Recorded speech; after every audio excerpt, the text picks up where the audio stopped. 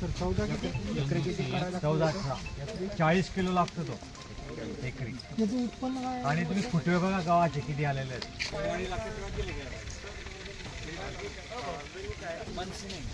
आम्ही बनसी लावतो.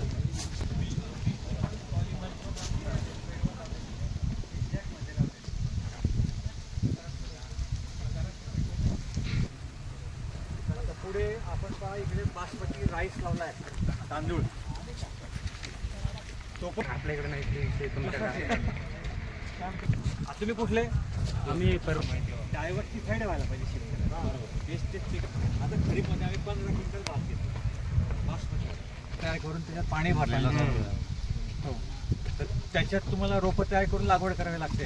तो खर्च वाढतो. हे डायरेक्ट सोईंग कालावधी कमी होतो. 30% पाण्याची बचत होते. आणि सगळ्यात जास्त पाणी भरल्यामुळे जास्त तिथे ते सगळ्यात कचरा वगैरे असतो तो सडतो आणि त्याच्यापासून मिथेन गॅस तयार होतो. आणि तो मिथेन वायू जो आहे तो आपल्या नेचरला डिस्टर्ब करतो. ओझोन जे आपलं जी ग्लोबल वॉर्मिंग म्हणतो आपण, जे टेम्परेचर वाढतंय, तो एक कारण आहे. म्हणून ड्रिपवर सगळे पिकं घेतले गेले पाहिजे. सर राईस हे व्हरायटी कोणती द्यायची? चंदोसी, पंजाब म्हणजे जे आपण पाण्यामध्ये घेतो तेच व्हरायटी आहे ना? तीच व्हरायटी. कोणी जमीन देऊ शकते? पंजाब युनिव्हर्सिटीत मिळेल. जमीन कोणी देऊ शकते? कुठली चालते. एक लक्षात ठेवा, जमीन कोणत्याही प्रकारची असो, पीक कोणतंही असो, टेक्नॉलॉजीचा वापर करा, तंत्रज्ञानाचा वापर करा, हमखास उत्पादन येईल. आणि आपल्याकडे चोपण असं तर चांगलं पाहिजे. त्याच्यासाठी त्याप्रमाणे site specific, crop specific technology वापरायची.